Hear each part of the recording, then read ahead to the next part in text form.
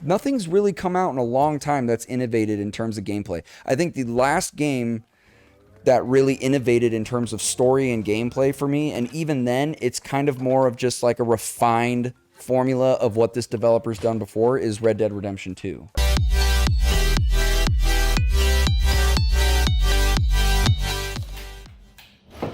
Red Dead Redemption 2 is a masterpiece in my opinion because it does feel unlike anything I've really played before.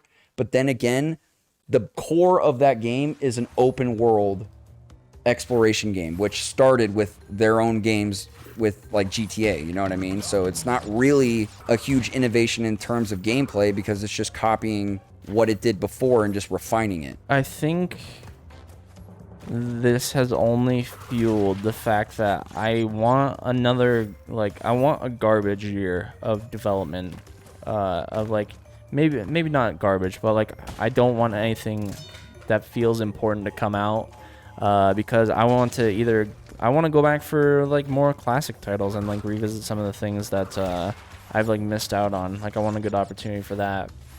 And when I get that feeling, and not even necessarily like stuff that I missed out on, but like when I get this feeling of like, man, I'm so tired of like AAA developed, like everything feels the same, that's when I go on an indie deep dive.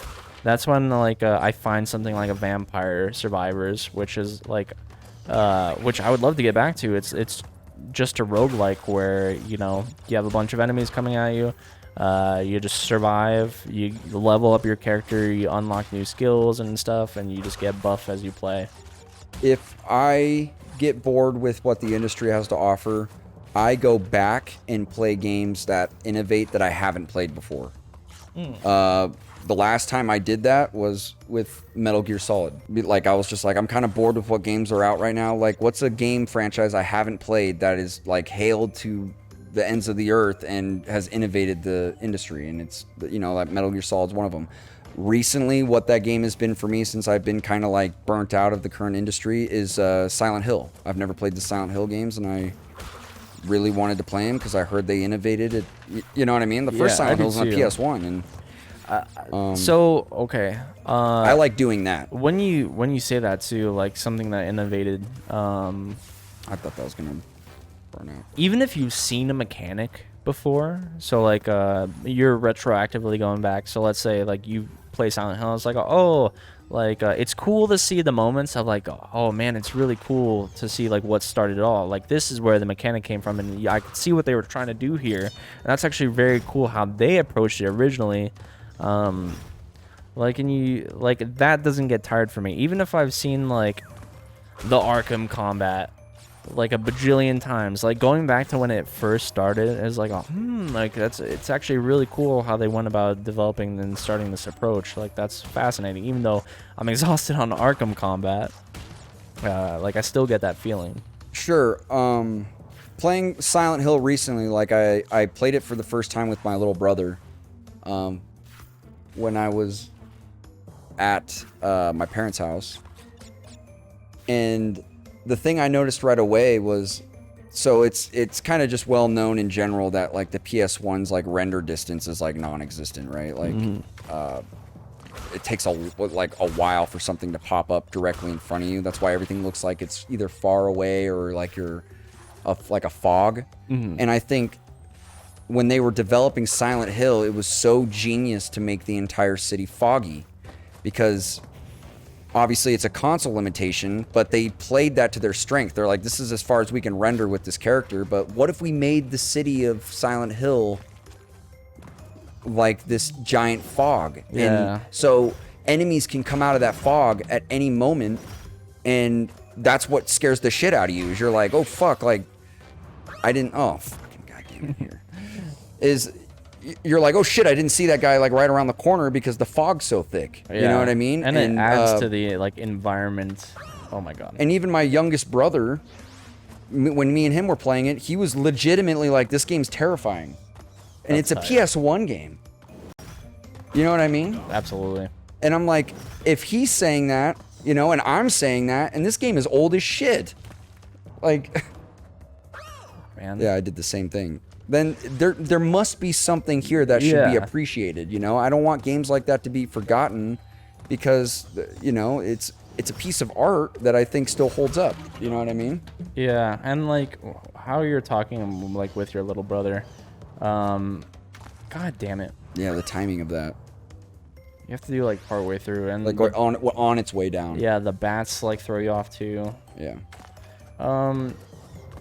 Yeah, you don't like as much as I'm kind of mixed on the reboot culture, and because I want to see new things develop, but I like giving either myself to get a chance to either play this title for the first time or give a new set of people like a chance to experience.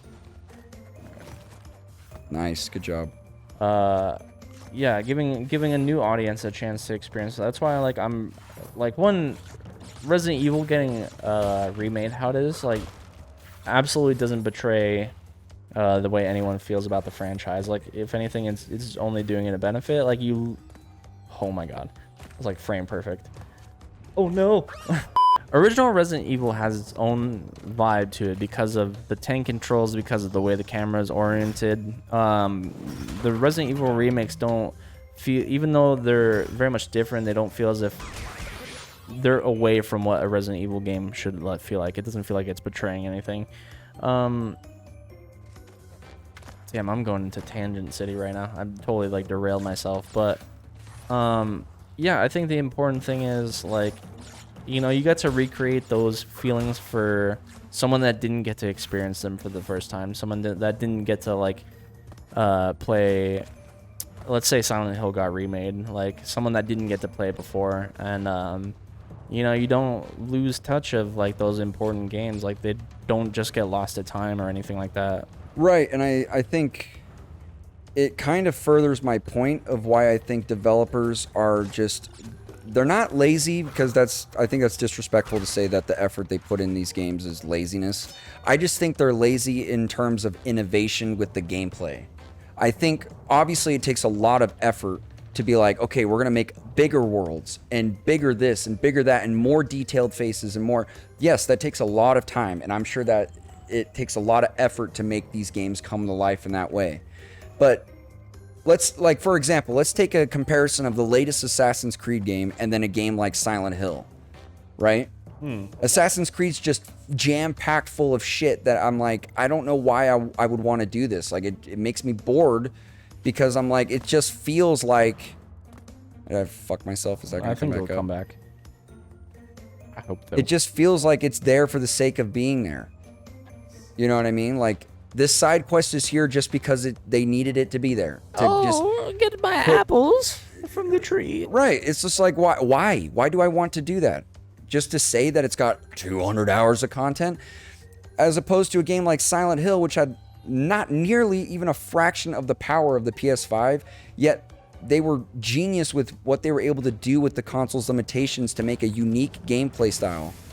You know what I mean? Yeah. And that's where I feel like developers are lazy as shit. Is like use your brain to like come up with an idea of a gameplay style that's unique for the player to experience. I feel like indie games these days are where you can get games like that, because there's no money to be made in a risk in gameplay like that. Because you're going to be like, well, what if we make a game like this? And companies are going to be like, no, see how Fortnite's making this much money? We need to kind of make a game, but put a battle royale in it so we can make money. And then put a battle pass in there too. It's fucking horseshit. Well, and that's when you get like, and I don't do it nearly as much as I used to, but that's where you get games that come out of nowhere, which I actually really love indie games. That's where you get your Cupheads. That's where you get your Jump Kings, your... oh god, what was the big one? Shovel Knight and shit like that. Shovel Knight, but Undertale. Undertale. Like games like that turn into juggernauts because they develop such a cult following that it seeps into mainstream. Yeah. Like, and I love like a good indie game. Like even if it's wildly difficult, Jump King was extremely difficult, but I'm just like, this game is so charming, and like, I'm not even a platformer guy, but I was just like, I gotta do this. Yeah, man. Five Nights at Freddy's was an indie game.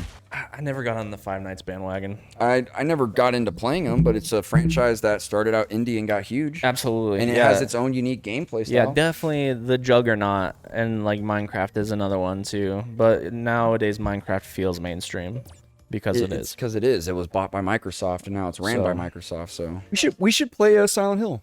Sure. on the channel. I'd love to. That'd be fun. Oh, can I back out of this and save? Did you not save? No, but I'm going to because I didn't realize it was this level. What was the last indie game that you played? That's a good question. Because I'm trying to think of mine. I'm trying to think too. I know it's weird when it comes to indie games. I'll just kind of go out on a limb and just be like, "Fuck it, I'll try it," kind of thing. And I'm trying to think of what that was. Oh yeah, mine was Vampire Survivors. Totally forgot about. B-side. I feel like it was something. I'm like, it should be something obvious, but I just can't think of it off the top of my head.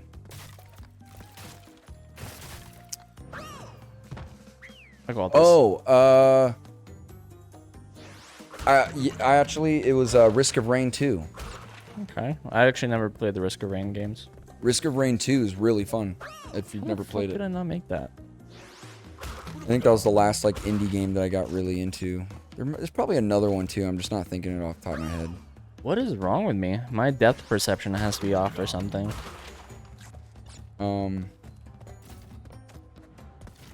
Yeah, like that night playing that game, Silent Hill, with my brother was actually like a really cool. How am I supposed to? Just jump over it. Oh, I didn't even think about jumping over it. I'm a bit special needs. You might say Your brain just not working right now. No, never.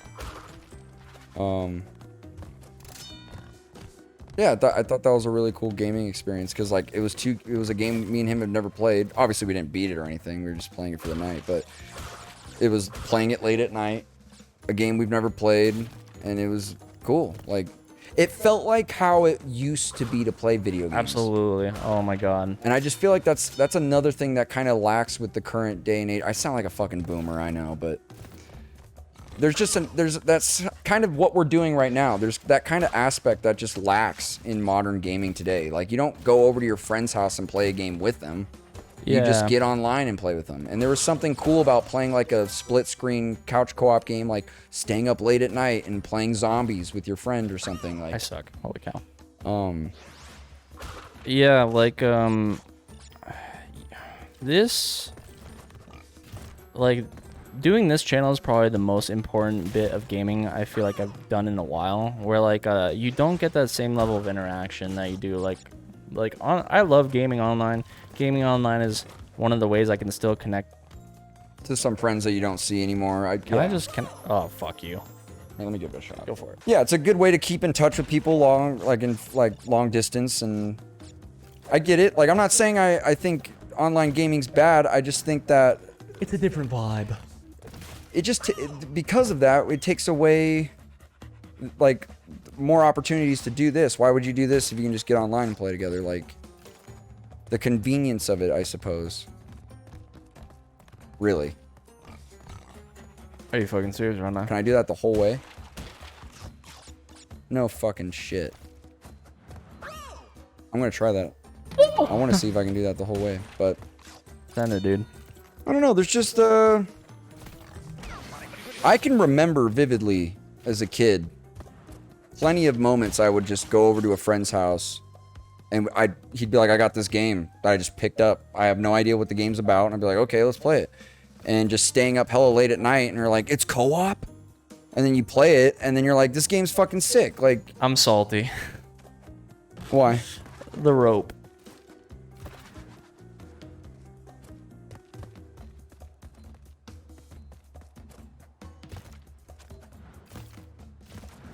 Fucked up. Wow. Yeah, like playing a game like this, how we are now, like just totally elates a different feeling than like online gaming. Like I don't feel like how I don't feel one for one how I do like when I was a kid because Well, obviously you're gaming is a lot. Oh, you could have just done the rope. Yeah, I know. You're just saucing right now. Well, I don't think you're ever gonna feel like you did as a kid. You're an adult. It's, you know. I think like, I think it's cool that gaming kind of captures that in an essence. Like it can kind of like take you back a little bit. But a lot of that has to do with because games are such commonplace that like I play a lot of video games. Like video games aren't the rarity and novelty that they are because they're everywhere. Like it's more rare that a little child doesn't play video games, in fact, which is sad. Like the level of like dopamine that I remember this. you would get as a kid. Actually, can I just do that? What the fuck? This is horse shit. This is horse shit. Can you just jump over? Can you just jump over the pillars? And not that it matters now, but well, damn. Now we have the hack for next time, bro. Wow. Wow. No, there's just some aspects of gaming that I think are cool that it just doesn't happen anymore. Once again, it kind of comes back to indie games too, because I like when a game, and indie games particularly do this, I like when a game is developed with like either that single player element or developed as like a couch play game. Like this is a game that you play with your roommate or your girlfriend or your step brother twice removed. Who knows? Yeah. Or like you're talking about games like It Takes Two. Or, yeah, absolutely. Or A Way Out. A Way Out was really fun. I played that with a friend of mine all the way through. It was a cool game. What are some other ones too? I think, yeah. A bit older, which I actually just recently picked up, was Army of Two. It's another example of that. Like you can play it by yourself, but I mean that game is, I would imagine, meant to be like, oh, hey, like rope your little brother into playing this game with you. Sure, sure.